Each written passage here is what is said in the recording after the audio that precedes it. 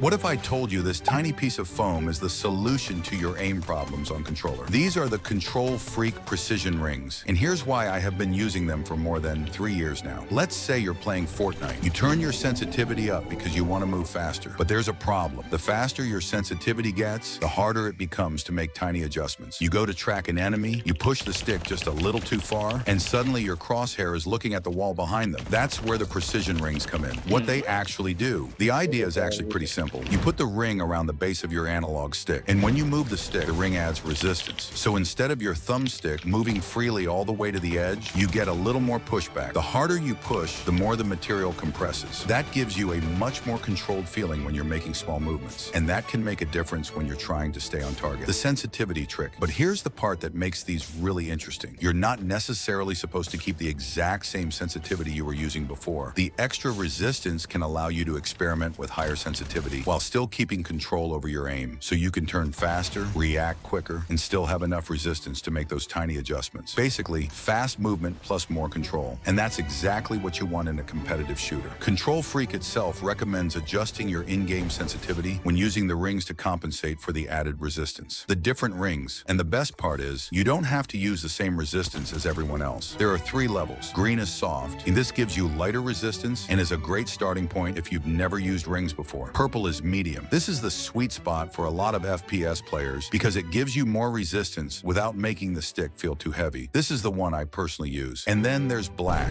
hard. This gives you the most resistance and is better suited for players who want maximum control. So there's actually some experimenting involved. Try each one, change your sensitivity, and find the combination that feels natural to you. Isn't it ironic that the most resistance is by the black? Installation. Personally, I just use one purple ring on the right analog stick, and putting them on is ridiculously simple. Just stretch the ring slightly, slide it over the analog stick, and make sure it's sitting evenly around the base. That's it. You don't need a new controller. You don't need to completely relearn your aim, and you can even use precision rings with Kontrol Freak thumbsticks if you want even more grip and control. This is what I do. 2 Kontrol Freak thumbsticks, the long one on the right and the short one on the left. 1 purple precision ring on the right. That's it. Realistic expectations. Now, obviously, these aren't going to magically turn you into an aim demon overnight. You're still going to have to practice. But what they can do is make your controller feel more predictable. And when you're trying to hit that tiny headshot or track someone moving across your screen, having more control over your stick can make those small adjustments feel much easier. So if you've been playing on high sensitivity but constantly find yourself overshooting your targets, precision rings might be worth trying. They're relatively cheap, they're easy to install, and you can completely change how much resistance you get depending on the ring you use. Watch this video to rank up fast, subscribe, and use code NHZ. Thanks, Pookie.